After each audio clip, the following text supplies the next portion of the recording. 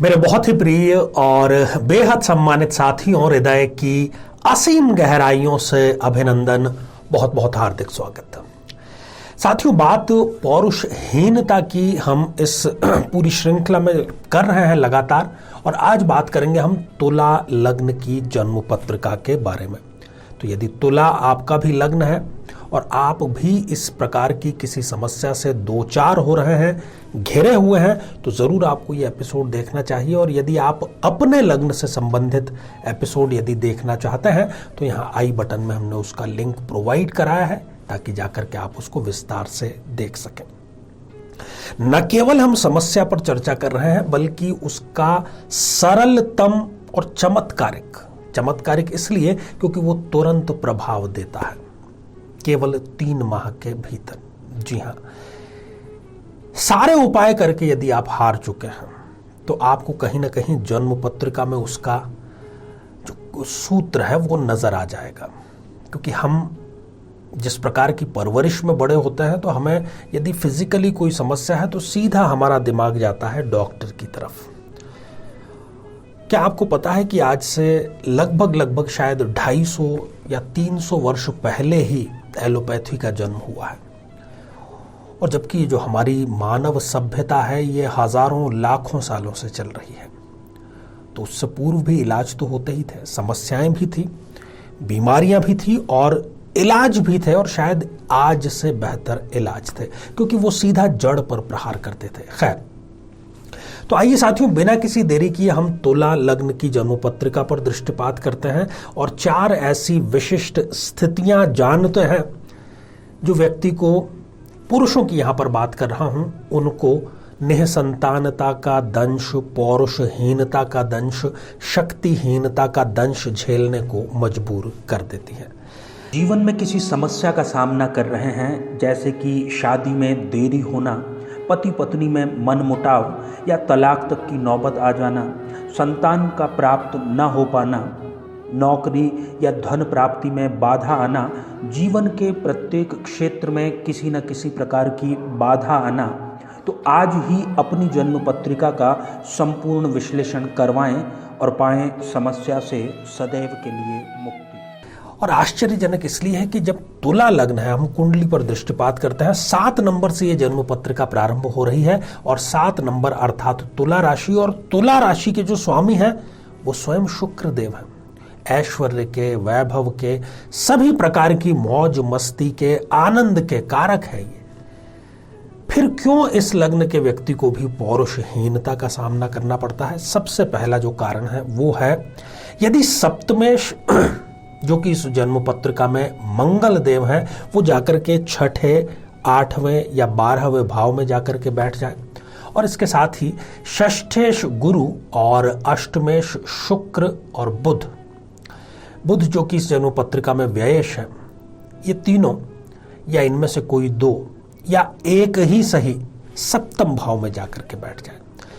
और खास तौर पर यदि इस जन्म पत्रिका में इनको मंगल की दशा अंतरदशा, गुरु की दशा अंतरदशा, शुक्र की दशा अंतरदशा, या इवन बुध की दशा अंतरदशा भी चल रही है, तो इनको इस प्रकार की समस्या का सामना करना पड़ता है, कमजोरी का सामना करना पड़ता है।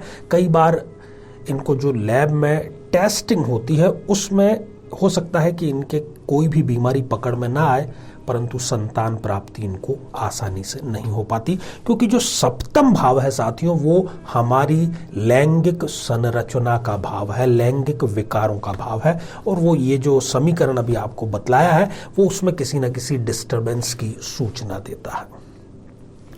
दूसरी स्थिति, यदि इस जन्म पत्रिका में तृतीयेश गुरुदेव जाकर के यदि 8वें या 12वें इन दोनों में से किसी एक भाव में बैठ जाए, और साथ ही जो अष्टमेश शुक्र है और व्ययेश बुध, ये दोनों जाकर के तृतीय भाव में यदि बैठ जाते हैं, और खास तौर पर यदि इनको गुरु की दशा अंतरदशा, शुक्र की दशा अंतरदशा या बुध की दशा अंतरदशा चल रही है, तो इनको भी इसी प्रकार पौरुषहीनता का सामना करना पड़ता है। क्यों?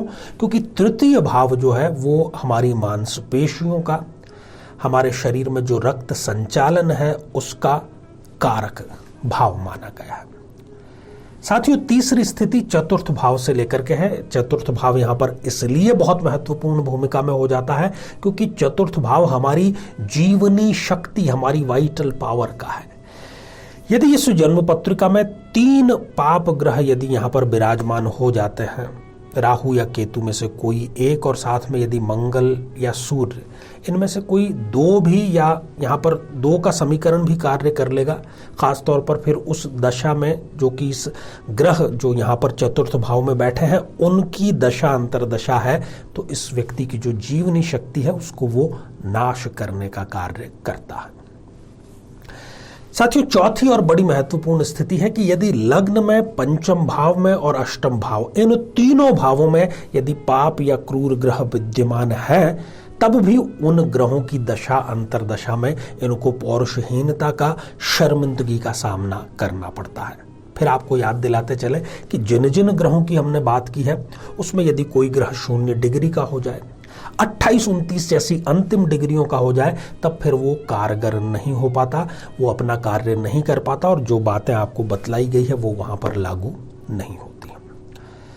ये तो थी समस्या की बात। समस्या की बात करना मझधार में छोड़ने जैसा है, बीच मझधार में, जबकि हम बीच मझधार में आपको नहीं बल्कि किनारे पर पहुंचा करके ही छोड़ेंगे। जो भी पुरुष इस प्रकार की समस्या से ग्रसित है, आपने अभी कुंडली का मिलान तो कर ही लिया होगा, ऐसे पुरुष को चाहिए कि वो अपनी पत्नी के साथ में लगातार 7 मंगलवार तक, लगातार 7 मंगलवार, हो सकता है जो बहन है, हो सकता है कि बल्कि होगा ही, वो लगातार न कर पाए तो उस दिन आप अकेले ही जा सकते हैं। अन्यथा यदि कोई नैसर्गिक समस्या नहीं है तो पति पत्नी दोनों को जाना है वट वृक्ष, बरगद का पेड़, इसको आप अंग्रेजी में बनियान ट्री भी कहते हैं, बरगद, वट, बड़, तांबे के लोटे से आपको वहां पर जल समर्पित करना है प्रातः काल स्नान आदि करके, केवल 7 मंगलवार ओनली। उसके अलावा कोई और उपाय करने की आवश्यकता आपको नहीं है। और साथ ही केवल 3 माह तक यदि आप जिस ग्रह की हमने सभी की चर्चा की है, आपको पता चल गया होगा कि किस ग्रह की पीड़ा है, उसके अभिमंत्रित जल का सेवन आपके शुक्राणुओं में जबरदस्त ढंग से वृद्धि करेगा। पौरुष जो है उसको वो पुनः जागृत करने का कार्य करेगा। तो साथियों, आज के लिए केवल इतना ही। आप सभी स्वस्थ, समृद्ध और शांतिपूर्वक जीवन व्यतीत करें। नमस्कार।